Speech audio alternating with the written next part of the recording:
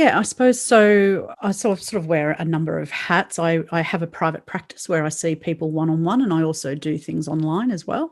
And so that's sort of my private practice where I work mainly, I work with a lot of people in regards to healing trauma, so unresolved trauma, early developmental trauma, and things like that. I'm also developing a social enterprise, and we're set up as a not-for-profit and as a health promotion charity, which is Enveco Health. And what we're looking to do is establish a residential therapeutic community model where people will come and reside. They can reside for up to 12 months if they need to, and they will be able to live and have support by a range of practitioners with a wellness centre. They'll have work and training and job opportunities as well. And while they're in recovery, this, by working with the whole mind-body system and having people residing in a therapeutic community model, they will be surrounded by their peers. It will also be a peer-led movement.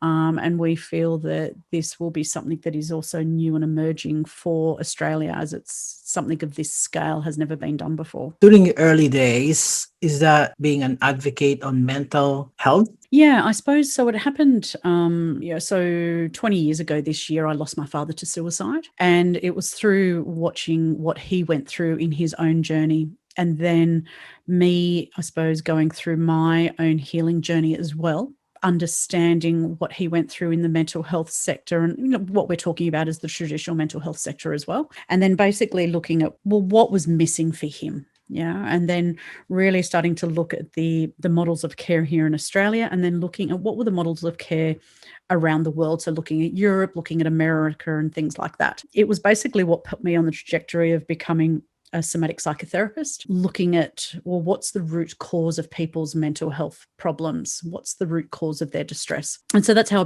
so that's when I started studying and getting qualified. That was back in 2003. And then I've just been working ever since in the mental health sector. So really looking and I suppose working in programs that were at the cutting edge. So looking at, I've worked in a number of federal mental health programs.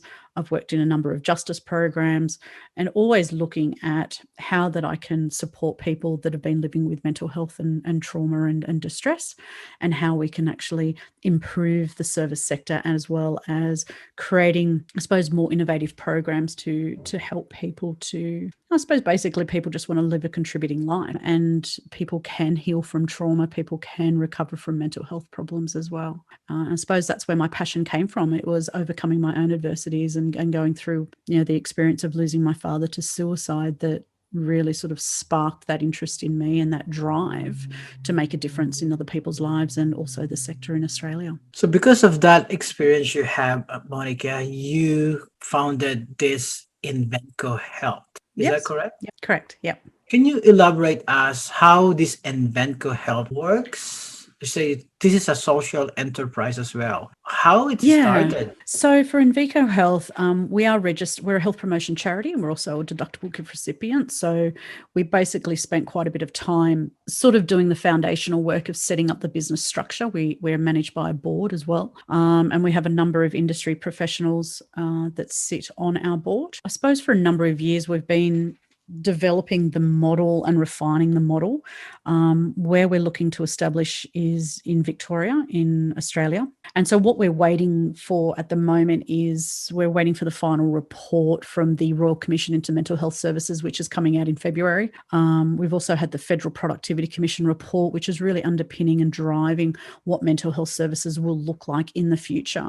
For us, we've been developing this model now for over 10 years. It originally started in New South Wales and before moving the project to Victoria. And what we'll be looking at is providing support for people with mental health issues. And we're not talking about we're not talking about acute mental health. We're sort of talking about the people that are sort of in the middle, of being able to provide them with an opportunity to reside and to live and work and train within their means while they're in the therapeutic community model. So, for example, we'll have permaculture gardens, whole food cafe. There will be an opportunity for people to actually be in recovery, seeing a range of practitioners in the wellness centre, as well as being able to work in the cafe, getting trainings and skills in, say, hospitality and things like that. So when people do transition back out into the community, they'll be able to take training and skills and qualifications with them. So there'll be a range that's just sort of, in a real sort of snapshot of what we'll be providing. But the ranges of practitioners will be on site, will be somatic psychotherapists, somatic experiencing practitioners, holistic GPs, psychologists and things like that. So it will be a range of allied health practitioners working in a multidisciplinary clinic. And then people that are actually in residence will have access to all those practitioners through day programs and things like that. So it's quite a big project. It's been a labour of love for quite a while because something like this does take a lot of time to get off the ground. It takes a lot of funding as well.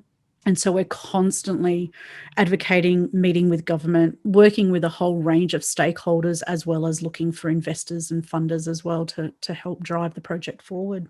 A Kangaroo Fern production.